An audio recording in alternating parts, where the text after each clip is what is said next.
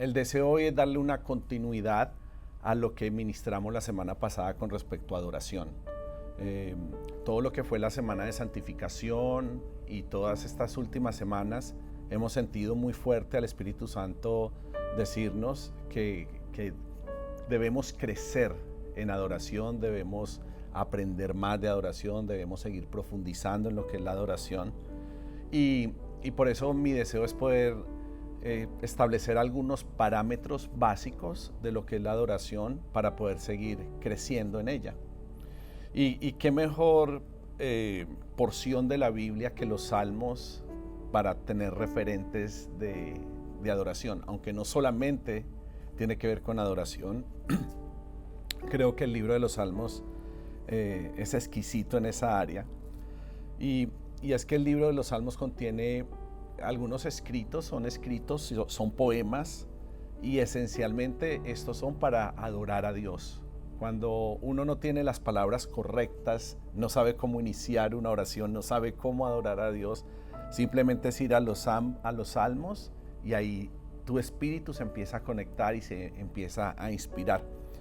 Estos salmos combinaban música y canto en la mayoría de ellos, y son 150 porciones que están en la palabra de Dios, o canciones que son como un arco iris, una gama de emociones, de temas, confesiones, declaraciones que van desde la alabanza, la gratitud, pero también vemos expresiones de dolor, de angustia.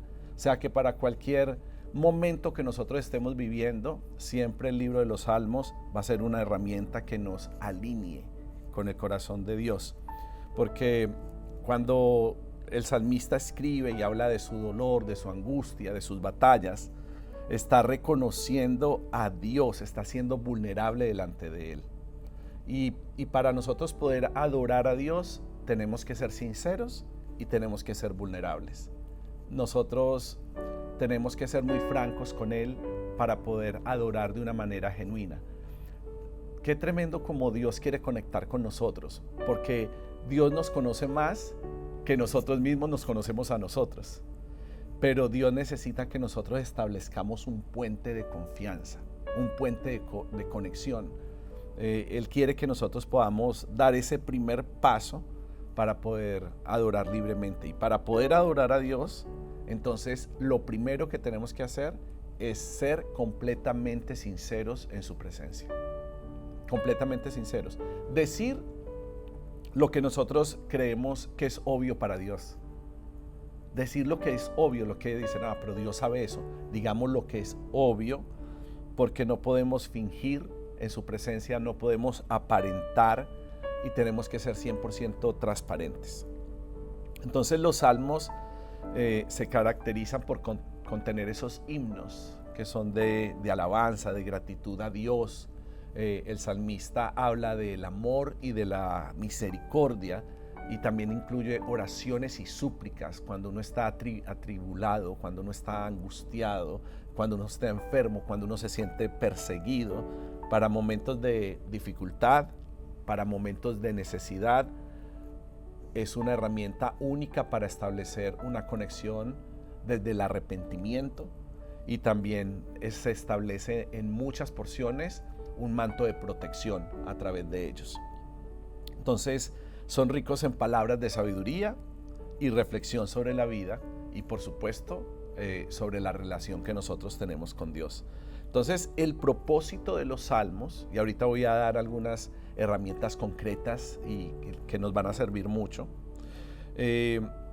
también son ricos en esa sabiduría y en esa reflexión, para que nosotros podamos establecer parámetros en nuestra vida. Por eso llamo a este pequeño devocional parámetros de adoración. Y el propósito de los salmos se resume esencialmente en tres cosas: adoración, consuelo y reflexión. Entonces estoy hablando básicamente de adoración en esta primera parte. Enfoquémonos en ella, y quise rescatar un salmo que se va a estar predicando el día de hoy, Salmo 95, del 1 al 6, en la Nueva Traducción Viviente. Vengan, cantemos al Señor, aclamemos con alegría a la roca de nuestra salvación, acerquémonos a Él con acción de gracias, cantémosle salmos de alabanza, porque el Señor es Dios grande, un gran rey sobre todos los dioses, en sus manos sostiene las profundidades de la tierra y las montañas más imponentes. El mar le pertenece, pues Él lo creó. Sus manos también formaron la tierra firme. Vengan, adoremos, inclinémonos, arrodillémonos delante del Señor nuestro Creador. Entonces, en 6 versículos, básicamente del Salmo 95, nosotros podemos desprender algunas afirmaciones de adoración importantes hoy. Porque el Salmo 95 es una invitación para adorar a Dios. El segundo título de este mensaje sería ese, una invitación para adorar a Dios. Y quiero destacar 4 cosas principalmente, hablando en términos de lo que es la adoración. El adorador siempre va a buscar involucrar a otros. Tú sabes que alguien es adorador no porque es músico y porque la gente se le pega a los acordes de su guitarra o a las notas de su teclado. Qué bendición poder tener esa facilidad. Pero el adorador no necesita saber un instrumento para involucrar a otros. El que tiene influencia, en mi caso, yo no tocaba un instrumento, pero siempre he tenido una facilidad para influenciar a otros a lo que deben oír y a lo que deberían escuchar. Claro, eso desde una perspectiva cristocéntrica es muy positivo, pero cuando uno tiene eso y no conoce al Señor, pues puede llevar a la gente por otro camino completamente diferente. Entonces, el adorador siempre va a buscar involucrar a otros. Por eso en el Salmo 95 dice, cantemos salmos de alabanza. Está invitando a otras personas. Y es que la adoración tiene que ver con nuestro propósito. Todos somos adoradores. Hay que quitar la mentira en los corazones, que algunas personas dicen, no, a mí no me gusta la adoración. No, puede ser que ames otras porciones de la expresión espiritual que podemos tener y te guste mucho, pero decir tajantemente, no, es que yo no soy un adorador, es una gran mentira, porque todos somos adoradores. No tiene que ver con que toques un instrumento, no tiene que ver con tu tono de voz, no tiene que ver con eso, tiene que ver con que nosotros fuimos creados para ser adoradores. Y la adoración para nosotros tiene que ver con un deseo, con un instinto de adorar desde que nacimos.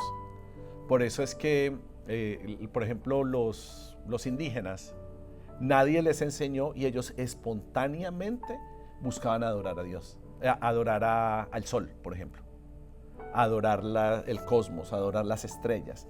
¿Por qué? Porque era ese instinto con el cual todos venimos.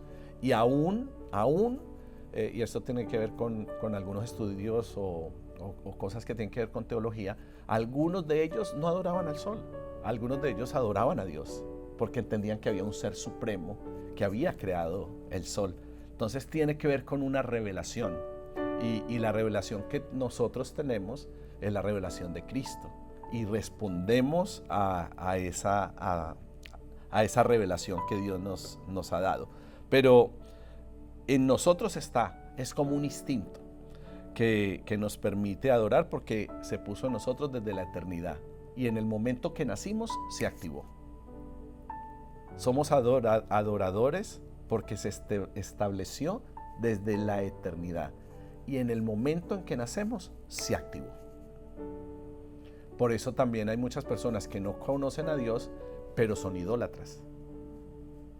No lo conocen, pero hay idolatría. ¿Por qué? Porque de alguna manera tienen que cumplir la función por la cual fueron plantados, o intentan hacerlo. Obviamente nunca se va a llenar el vacío, porque la adoración te llena. Y si no adoramos correctamente, nunca vamos a estar satisfechos y nunca vamos a estar plenos. Quizás yo creo en la oración, Arde cree en la oración. Creemos definitivamente. Pero si una persona no tiene fuerzas para orar, que adore. Y estoy seguro que después de empezar a adorar, se van a activar palabras en su espíritu, o aún en su alma, que le permitan establecer esa comunicación con Dios. Entonces, lo primero, el adorador va a involucrar a otros. Eso es clave. Lo segundo, la motivación del adorador siempre tiene que ser la alegría. O sea, un adorador no puede presentarse, no debe presentarse con una actitud triste a adorar. Debe tener, puedes estar pasando cosas difíciles, puedes estar viviendo momentos de tribulación, pero tú no adoras desde la emoción, tú adoras desde el entendimiento de quién es Dios.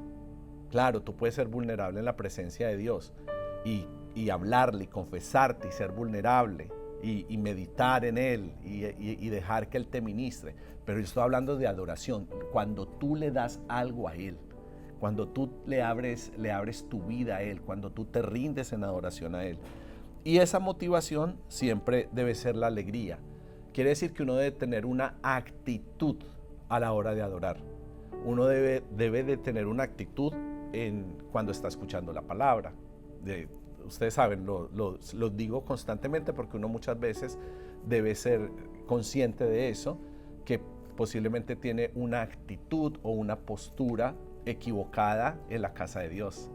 Entonces yo he visto gente casi que traiga la silla de playa porque te sería más cómodo que intentar acostarte en la butaca de la iglesia, y personas que físicamente están, pero ni emocional ni espiritualmente están. La adoración tiene que ver con involucrarte emocionalmente con el ambiente de lo que Dios está haciendo allí o de lo que Dios quiere establecer. Se tiene que involucrar uno emocionalmente, por eso la alegría es tan importante. Una actitud de gozo para poder conectarnos con Dios. Y si uno no entiende o no tiene un motivo para adorar desde una base de alegría, entonces debe de tomar la referencia de la salvación, porque la salvación es motivo suficiente para querer adorar a Dios, porque el que tiene el entendimiento, que fue rescatado, liberado de los pecados, que ha recibido la promesa de la resurrección, la promesa de una vida eterna, esa persona va a poder adorar desde el entendimiento que ha sido salvado. Y eso debería de hacerse con una actitud de gozo. Eso te genera suficiente gozo. Por eso hay una porción de la palabra que dice que quiere recuperar el gozo de la salvación, el gozo de haber sido rescatado, de haber sido redimido. El adorador busca involucrar a otros. La motivación del adorador tiene que ser la alegría. Tercero, la adoración nos acerca a Dios. Es que no te puede acercar a otra cosa. La adoración te acerca a Dios y la adoración te une con las personas que adoras. Igual que la oración, porque cuando adoramos juntos, permanecemos juntos. Cuando oramos juntos, permanecemos juntos. La adoración crea una cobertura espiritual sobre nuestras vidas. Y cuando adoramos como iglesia, se establece un manto de gloria sobre la congregación, y cuando adoramos como familia, se establece un manto alrededor de nosotros como familia. Entonces la adoración siempre nos va a acercar, y por eso el salmista dice: acerquémonos a Él. Acerquémonos, ¿cómo? Con acción de gracias.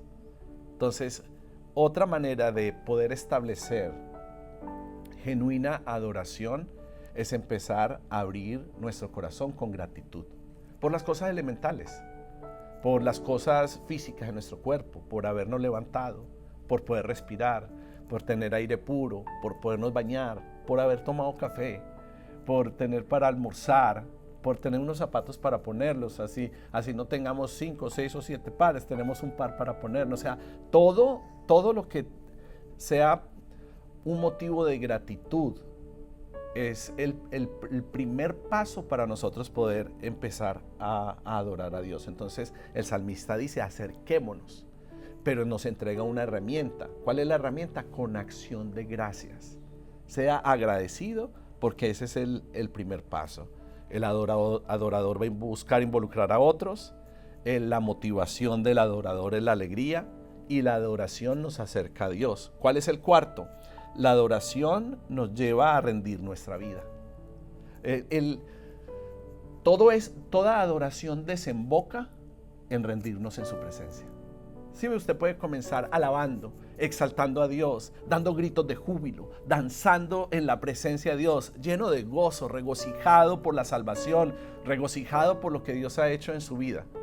Pero ese es el inicio de todo. Toda adoración va a terminar, va a desembocar en una rendición personal ante la presencia de Dios. ¿Por qué? Porque eso significa que nosotros somos dependientes de Dios y que también nos podemos humillar en su presencia. Adoración tiene que ver con exaltación a Dios por quién es Él, pero también tiene que ver con humillación de nosotros delante de su presencia. Ahí estamos adorando. Cuando saltamos, cuando damos gritos de júbilo, cuando danzamos como David y danzamos en su presencia, estamos exaltándolo a Él. Lo estamos glorificando, lo estamos magnificando, estamos diciendo, no siento vergüenza de levantar mis manos, no siento vergüenza de cantarle a Dios, de abrir mi boca, no siento vergüenza, porque hay mucha gente que se limita, no canta porque tuvo un suceso donde alguien le dijo que cantó feo y se limita, piensa que tiene que cantar como Pavarotti para poder adorar a Dios, que tiene que tener una voz como la de Celine Dion, y no tiene que ver con eso, tiene que ver con tener una disposición. Hay que cantar a Dios. Dios nos quiere escuchar.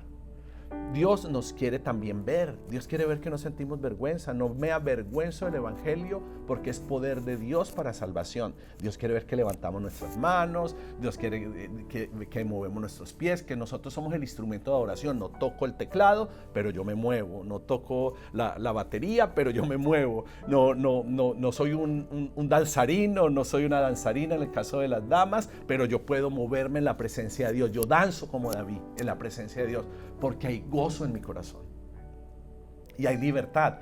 Donde el Espíritu Santo de Dios está, allí hay libertad. Pero claro, estamos tan acostumbrados al protocolo.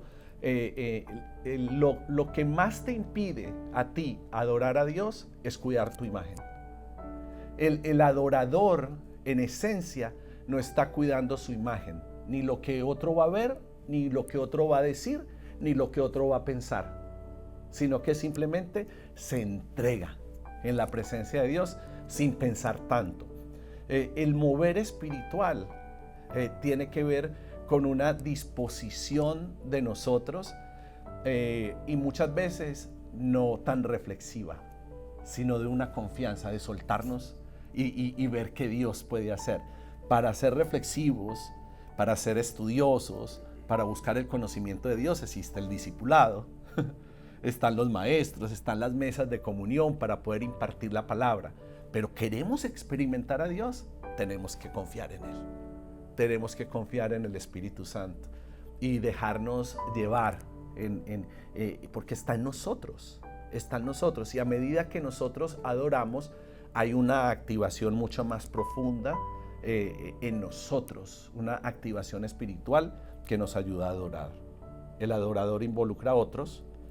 La motivación del adorador es la alegría, la adoración nos acerca a Dios y la adoración nos lleva a rendir nuestra vida a Él.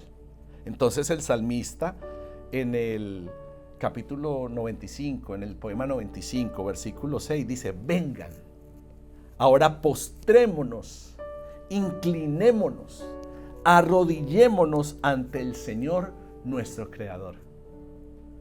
Y muchas veces nosotros pensamos que no debemos de arrodillarnos porque es que nosotros ya no somos religiosos, no venimos de la iglesia, ya no estamos en la iglesia tradicional y es en la iglesia tradicional donde uno se arrodilla, porque uno tiene esa imagen religiosa de que arrodillarse es algo que tiene que ver con religión, porque no entiende uno el significado de lo que es levantar las manos, de lo que es abrir la boca, de lo que es danzar con tu cuerpo.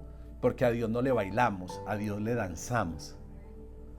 A Dios le podemos cantar, pero en realidad estamos adorando. Lo entendemos de forma natural como cantar, pero estamos adorando a Dios.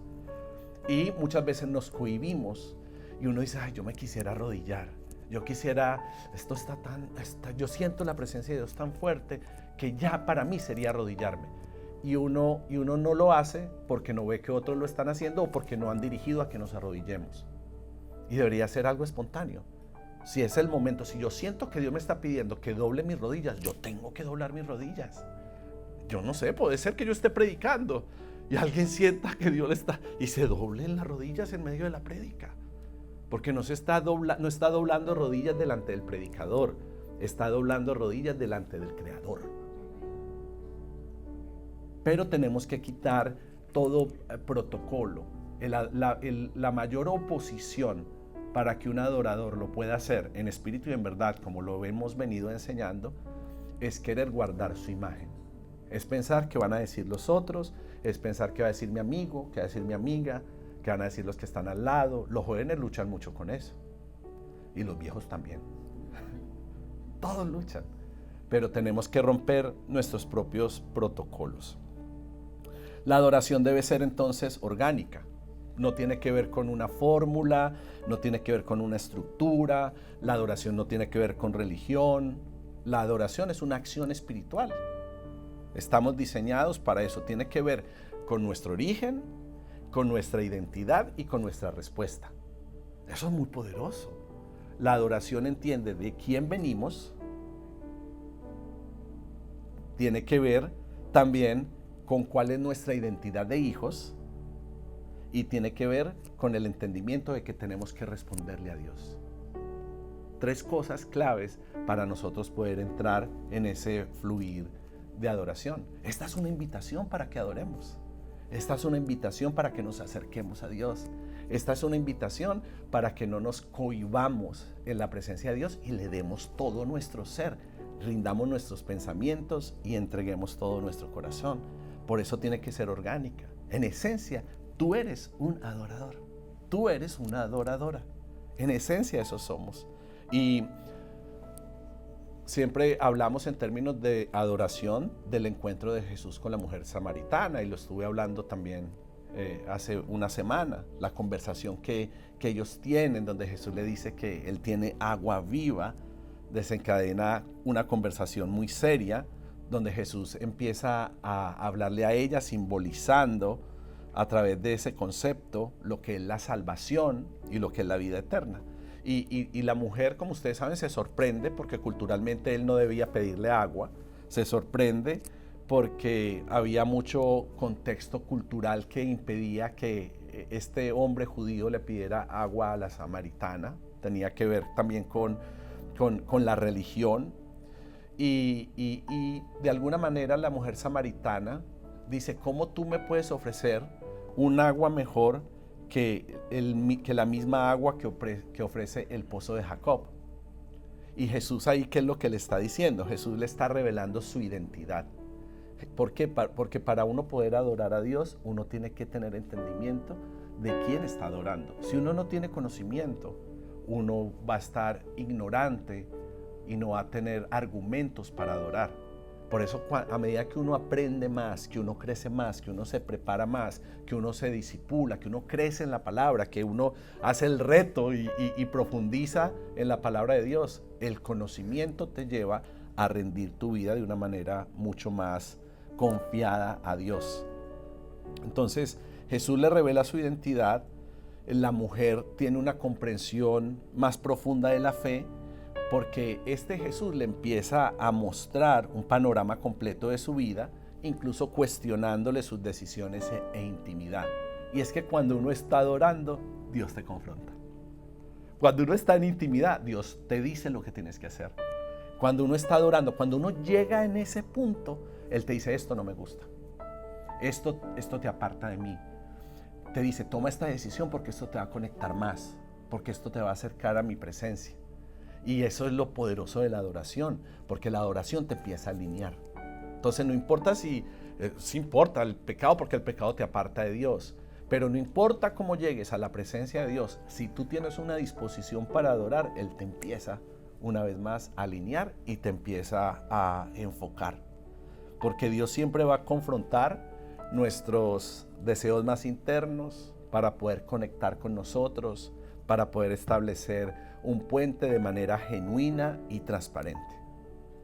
Y la mujer samaritana tenía una gran incógnita porque los judíos decían que Jerusalén era el lugar ideal para adorar y ellos tenían otro monte a donde ellos adoraban.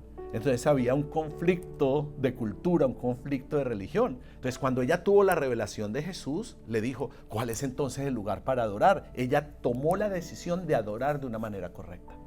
Y estaba dispuesta a sacrificar su cultura. Ella empezó a tener una revelación del agua viva que Jesús le ofrecía.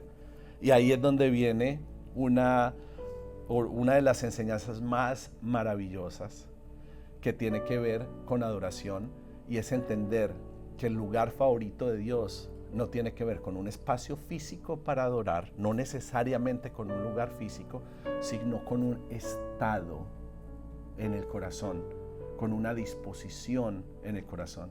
Entonces el Padre no anda buscando montes, no anda buscando templos específicos, y no estoy hablando mal de la iglesia, porque la iglesia tiene que ser edificada en un lugar, y ahí es donde se va a manifestar la iglesia gloriosa, y Dios va a establecer el propósito y la visión para este tiempo.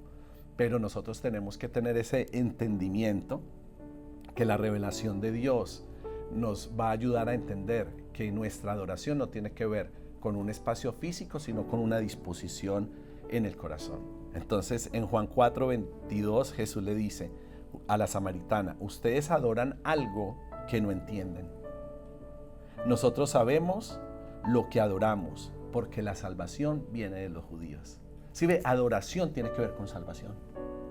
Porque cuando uno entiende el plan eterno de Dios, entiende el propósito de Dios y todo lo que Él ha establecido, quién es Cristo en ese plan, y nosotros tenemos la revelación del perdón de nuestros pecados y de lo que Cristo representa para nosotros en la eternidad, el entendimiento de la salvación siempre nos va a llevar a adorar. Es la respuesta natural que nosotros vamos a hacer.